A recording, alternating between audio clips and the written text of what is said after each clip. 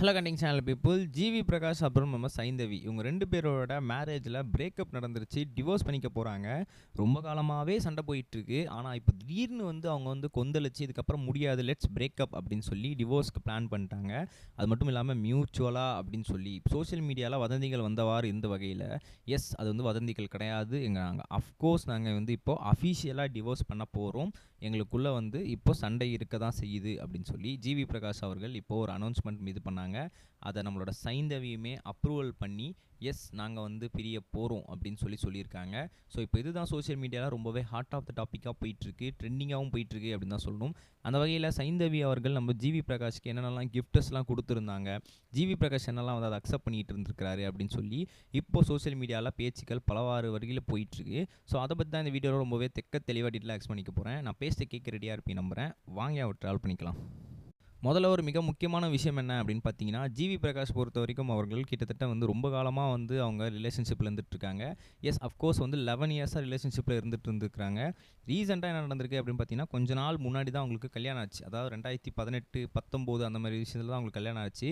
அப்படி இருக்கும் சமயத்தில் அவங்களுக்கு கிட்டத்தட்ட அன்வி அப்படின்னு சொல்லி ஒரு பெண் குழந்தையுமே இருக்குது அப்படின்றது நமக்கு நல்லாவே தெரியும். ஒரு மாதமே அவங்க கிட்டத்தட்ட மேரேஜ் பண்ணிட்டு ஒரு மாதமே என்ன பண்ணுவாங்களாம், மந்த்லி ஆனிவர்சரி அப்படின்றத கொண்டாடுவாங்களாம். அந்த மந்த்லி ஆனிவர்சரி அவங்களுக்கு கிட்டத்தட்ட என்னெல்லாம் கிஃப்ட்ஸ்லாம் கொடுக்கணும் அப்படின்னு நினச்சி நம்மளோட சைந்தவி நினைக்கிறாங்களோ அந்த கிஃப்ட்ஸ்லாம் நம்மளோட ஜிவி பிரகாஷுக்கு கொடுப்பாங்க அப்படின்னு சொல்லி பேச்சுகள் போயிட்டுருக்கு.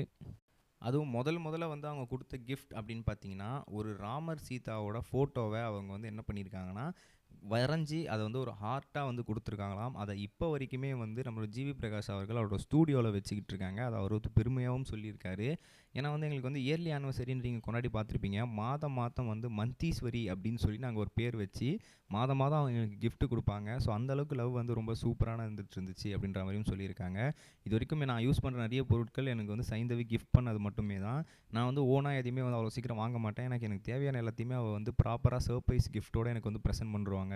எனக்கு அதை பார்க்கும்போதே ரொம்ப சந்தோஷமாக இருக்கும். ஸோ லவ் மேரேஜ் எனக்கு இப்படி தான் ரொம்ப ப்ளசண்ட்டாக போயிட்டு இருந்துச்சு. ஸ்கூல்லேருந்தே தெரியும் எங்கள் மேலே எப்படி அவங்களுக்கு லவ் வந்துச்சுன்னு தெரியல. எனக்கு ஒரு பெட்டரான ஒரு தோழியாக இருந்துகிட்டு இருந்தாங்க.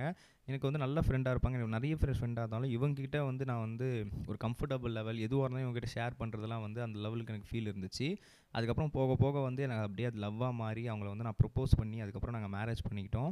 ஸோ வீட்டோட சம்மந்தத்தோடு தான் மேரேஜ் பண்ணிக்கிட்டோம். 11 இயர்ஸ் கிட்ட நாங்கள் ரிலேஷன்ஷிப்பில் இருந்துகிட்ருக்கோம்.